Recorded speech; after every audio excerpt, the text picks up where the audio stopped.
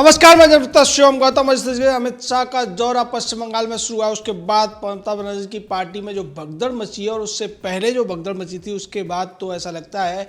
कि जब तक अमित शाह का दौरा है तब तक हम जो पश्चिम बंगाल की तृणमूल कांग्रेस है कहीं आधी न रह जाए। और इस बात का संकेत भी मिल रहा है। अर्जुन सिंह जो भारतीय जनता पार्टी से सांसद है, पहले तृणमूल कांग्रेस में रह चुके हैं, उन्होंने भी बड़ा संकेत दिया है। लेकिन उससे पहले बात करते हैं कौन कौन बड़े नेता ममता बनर्जी को छोड़ के भारतीय जनता पार्टी की तरफ जा रहे हैं या ममता बनर्जी की पार्टी से इस्तीफा दे चुके हैं। शुभेंदु अधिकारी इसमें सबसे पहले आगे नाम है, उसके बाद आसनसोल के चेयरमैन रहे जितेंद्र तिवारी का नाम है, और उसके बाद दिग्धांशु चौधरी भी हैं, और साथ में अभिजीत आचार्य हैं। इसके अलावा शीलभद्र दत्ता ने भी पार्टी छोड़ दी है, और पार्टी का जो अल्पसंख्यक मोर्चा है उसके महासचिव कबीर उल इस्लाम ने भी पार्टी छोड़ दी है। ये सब के सब भारतीय जनता पार्टी में जाने के लिए ये सब कर रहे हैं। इसको लेकर ममता बनर्जी को एक आपातकालीन बैठक बुलानी पड़ी, और इस बैठक में अब वो इस रणनीति पर काम कर रही हैं कि और जो पार्टी छोड़कर जाने वाले विधायक, नेता या सांसद हैं उनको कैसे रोका जाए। क्योंकि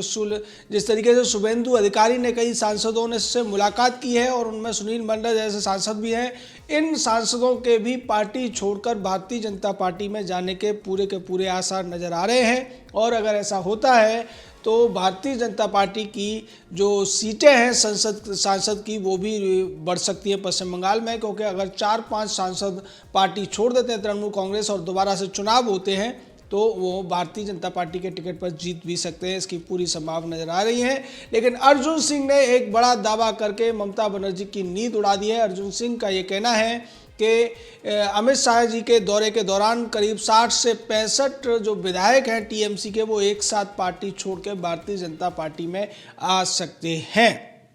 ये जो बात है, ये जो दावा है, ये बहुत पहले भी किया जा रहा था और तब भी शुभेंदु अधिकारी के माध्यम से ही ये सब होने वाला था। शुभेंदु अधिकारी जो पश्चिम बंगाल में ममता बनर्जी की पार्टी के एक जनप्रिय नेता हैं, और नंदीग्राम का जो पूरा का पूरा आंदोलन या जो प्रदर्शन या जो कुछ भी हुआ था वो शुभेंदु अधिकारी के ही नेतृत्व में हुआ था, और उसी के बाद वाम मोर्चे की सरकार धराशायी हुई थी, ममता बनर्जी मुख्यमंत्री बनी थी। और जो दूसरे नेता हैं उनका भी यही कहना है कि शुभेंदु अधिकारी तृणमूल कांग्रेस में ममता बनर्जी के बाद सबसे ज़्यादा लोकप्रिय नेता है, और अगर वो पार्टी छोड़ रहे हैं और वो पार्टी पर टिप्पणी कर रहे हैं, इसका प्रतिकूल असर तृणमूल कांग्रेस पर पड़ना ही पड़ना है।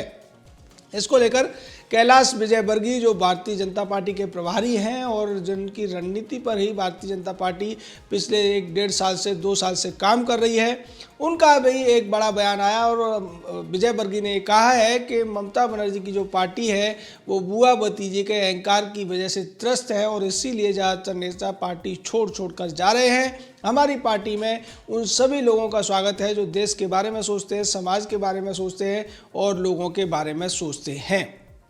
अब सवाल ये होता है कि ममता बनर्जी के पास क्या स्कीम है। प्रशांत किशोर जो कि ममता बनर्जी के पॉलिटिकल एडवाइज़र हैं और मोटी फीस लेकर ममता बनर्जी की पार्टी को तीसरी बार पश्चिम बंगाल में जिताने की कोशिशों में लगे हुए हैं या फिर प्लानिंग बनाते हुए दिख रहे हैं। अब वो क्या करेंगे और किस तरीके से ममता बनर्जी की पार्टी के डूबते हुए जहाज को बचाने का कोई तिकड़म बिड़ा पाएंगे। दूसरी तरफ अभिषेक बनर्जी जो कि ममता बनर्जी के भतीजे हैं, उनको नेता बनाना अब तृणमूल कांग्रेस की सुप्रीमो के लिए बहुत ज़्यादा मुश्किल और बहुत ज़्यादा एक तरीके से आप कह सकते हैं उल्टा पड़ता जा रहा है। क्योंकि ममता बनर्जी को ये लगता था कि वो अपनी राजनीतिक विरासत अपने भतीजे को सौंप देंगी, लेकिन उसी की वजह से पार्टी में जिस तरीके की बगावत हुई, एक एक करके बड़े नेता जाने लगे, और जिस तरीके से 1 हफ्ते के भीतर या फिर आप कहें कि 48 घंटे के भीतर 8 बड़े नेताओं ने पार्टी से इस्तीफा दे दिया, पार्टी को छोड़ दिया, ये ममता बनर्जी के लिए बहुत बड़ा झटका है। और उसके बाद में जो करीब 5 दर्जन विधायकों के पार्टी छोड़ने की चर्चा चल रही है, सुगबुगाहट चल रही है, उससे तो ऐसा लगता है कि ममता बनर्जी को ऐसा लग रहा है कि कहीं उनकी पार्टी ये नया साल आने से पहले ही अल्पमत में न आ जाए। अगर ऐसा होता है तो पश्चिम बंगाल में चुनाव जल्दी हो सकते हैं, क्योंकि अभी ममता बनर्जी की जो विधानसभा है, ममता बनर्जी का जो कार्यकाल है वो बचा हुआ है। लेकिन अगर इतनी भारी संख्या में विधायक इस्तीफा देंगे तो उसके बाद भारतीय जनता पार्टी या राज्यपाल ये मांग कर सकते हैं कि ममता बनर्जी सदन में अपना बहुमत साबित करे। और अगर ममता बनर्जी बहुमत साबित नहीं कर पाती हैं तो फिर चुनाव आसन्न हो जाएंगे और उसी स्थिति में चुनावों का सामना जल्दी करना पड़ेगा ममता बनर्जी को। दूसरी तरफ तृणमूल कांग्रेस को लेकर तमाम दूसरी अटकलें हैं। दूसरी जो पार्टियां हैं वो भी यही चाहती है, वामपंथी दल हो या कांग्रेस हो, उनको ऐसा लगता है कि तृणमूल कांग्रेस को सत्ता से बाहर होना चाहिए, चाहे इसका फायदा भारतीय जनता पार्टी को ही क्यों न मिल जाए। ये पहली बार है किसी प्रदेश में कांग्रेस पार्टी भारतीय जनता पार्टी की सरकार चाहती है दिल से, और इसको लेकर जिस तरीके से अधीर रंजन चौधरी कांग्रेस पार्टी के नेता, जो कि लोकसभा में भी विपक्ष के नेता हैं कांग्रेस पार्टी की तरफ से, वो भी बार बार कह चुके हैं कि जो इस तरीके के हालात पश्चिम बंगाल में ममता बनर्जी की पार्टी ने बना दिए हैं, उसके बाद ऐसी सरकार को बर्खास्त कर देना चाहिए, क्योंकि ममता बनर्जी का तानाशाही पश्चिम बंगाल में चल रही है और उस तानाशाही को रोकने का एक ही तरीका है संविधान के अनुच्छेद 356 का प्रयोग, यानी कि राज्य सरकार की बर्खास्तगी। दूसरी तरफ कम्युनिस्ट पार्टियां हैं जिनका पूरा का पूरा जो जमीन थी वो ममता बनर्जी की पार्टी ने छीन ली, और जो कैडर हुआ करता था कभी तब जो पश्चिम बंगाल में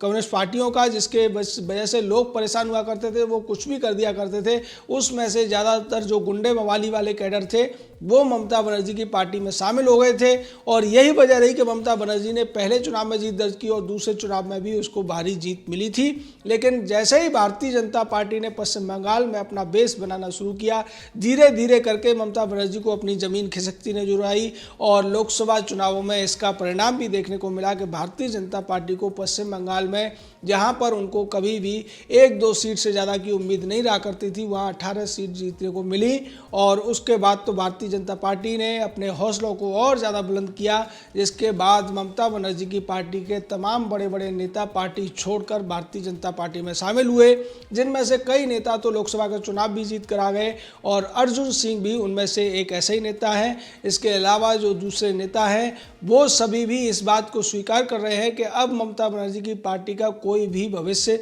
पश्चिम बंगाल में दिखाई नहीं देता है। भारतीय जनता पार्टी का कमल खिलने की पूरी तैयारियां हो चुकी हैं, और ये कोई बहुत बड़ी बात नहीं होगी अगर 60 से 65 विधायक पार्टी छोड़कर, ममता बनर्जी की पार्टी छोड़कर भारतीय जनता पार्टी में शामिल हो जाते हैं। तो जब शुभेंदु अधिकारी ने इस्तीफा दिया था और इसको लेकर अटकलें लगाई जा रही थी, तब भी ममता बनर्जी की पार्टी की तरफ से ये दावे किए गए थे कि ये लोग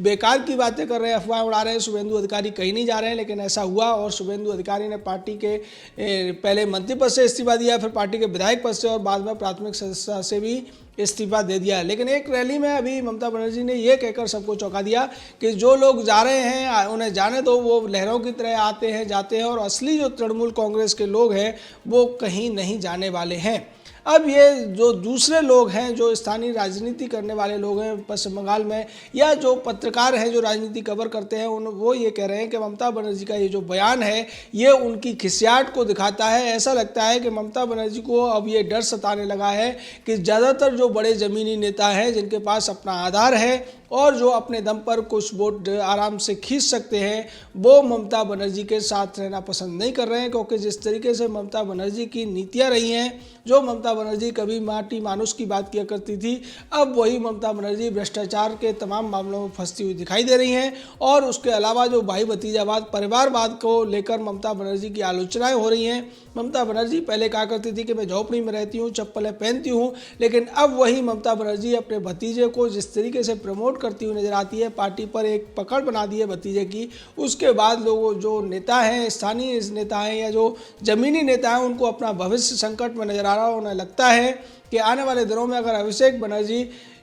पार्टी पर अपनी पकड़ मजबूत करेंगे, पार्टी प्रमुख बनेंगे, तो वो उन सभी नेताओं को बाहर भी कर सकते हैं। और यही वजह है कि वो अपना भविष्य देखते हुए और पश्चिम बंगाल की राजनीति का जो रुख है उसको देखते हुए भारतीय जनता पार्टी में जाना पसंद कर रहे हैं। क्योंकि इन सभी नेताओं को ये लगता है कि अगर वो तृणमूल कांग्रेस छोड़कर जा रहे हैं तो फिर उनके पास और कोई विकल्प नहीं है। जो विकल्प है वो भारतीय जनता पार्टी है, जो आसानी से सत्ता में आ सकती है। कांग्रेस की बात की जाए, कांग्रेस पूरी तरीके से पश्चिम बंगाल में अपने जो न्यूनतम स्तर है उस पर पहुंच चुकी है। कम्युनिस्टों की भी हालत बहुत ज़्यादा बुरी है और तृणमूल कांग्रेस के खिलाफ तो निश्चित तौर पर एंटी इनकम्बेंसी फैक्टर काम करने वाला है इन चुनावों में। ये भी एक बड़ा कारण है कि जो वर्तमान में विधायक हैं या मंत्री हैं उन्हें अपना कोई भी भविष्य तृणमूल कांग्रेस के साथ रहने में दिखाई नहीं दे रहा है। यही सबसे बड़ी चिंता ममता बनर्जी की है। अब ममता बनर्जी को समझ में नहीं आ रहा है कि अमित शाह की इस नीति के खिलाफ वो करे तो करे क्या। और जैसा कि हमने आपको पहले खबर दी थी, अमित शाह ने एक 7 मंत्रियों की टीम बनाई है और ये स्पेशल 7 जो मंत्री हैं ये 42 जो लोकसभा सीटें हैं पश्चिम बंगाल की, उनमें से 6 सीटों पर ये प्रभारी के तौर पर काम करेंगे और ये गहनता के साथ में रणनीतियां बनाएंगे और साथ में जो तृणमूल कांग्रेस छोड़कर बड़े बड़े नेता आ रहे हैं उनके साथ भी कोऑर्डिनेट करते हुए आगे की रणनीति को ये तैयार करेंगे। इनमें जो नाम है अर्जुन मुंडा जैसे लोग हैं इसमें, इसके अलावा मनसुख मंडाविया और जो केशव प्रसाद मौर्य हैं, नरोत्तम मिश्रा हैं, इसमें कैलाश विजयवर्गीय पहले से प्रभारी हैं। उसके अलावा जो गजेंद्र सिंह शेखावत जैसे लोग हैं ये सभी के सभी एक तरीके से